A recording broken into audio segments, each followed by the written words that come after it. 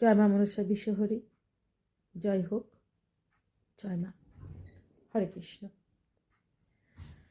যাদের স্বামীরা ঘরের বউয়ের সাথে খুব অত্যাচার করে, ঠিকমতো সংসারে টাকা পয়সা দেয় না, বা অন্যের কথা প্রচুর পরিমাণে শোনে, লোকের কথা প্রচুর পরিমাণে শোনে, বউদের প্রতি প্রচণ্ড পরিমাণে অত্যাচার করে, ছেলে মেয়েকেও ঠিকমতো দেখাশোনা করে না, সেই সব স্বামীদেরকে সঠিক করার জন্য আমি একটি টোটকা বলছি। চন্দ্রগ্রহণের সময় অথবা পূর্ণিমা অমাবস্যার সময় একদমই শ্বেত লজ্জাপতি গাছের শিকড় তুলে আনবে, তারপর সেটিকে গঙ্গার জল দিয়ে ভালো করে ধোবে, তার যত শিকড় আছে ভালো করে পরিষ্কার করে ওটিকে চূর্ণ করবে। ঠিক আছে? চূর্ণ করে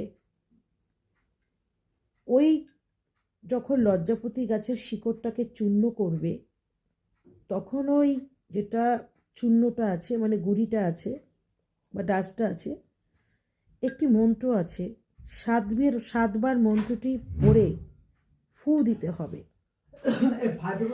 ফু দেওয়ার পরে ওই চূর্ণটাকে যখন উনি খাবার খাবেন, যে কোনো খাবারের সাথে সামথিং এরম করে ছিটিয়ে ওনাকে খাইয়ে দেবেন।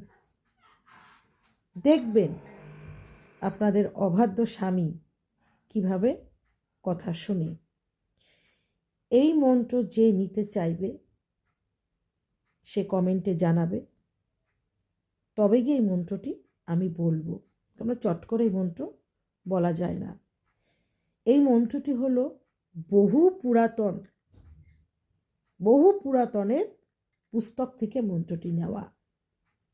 জয় শ্রীকৃষ্ণ, রাধা মাধব, জয় মা কামাখ্যা, হরে কৃষ্ণ।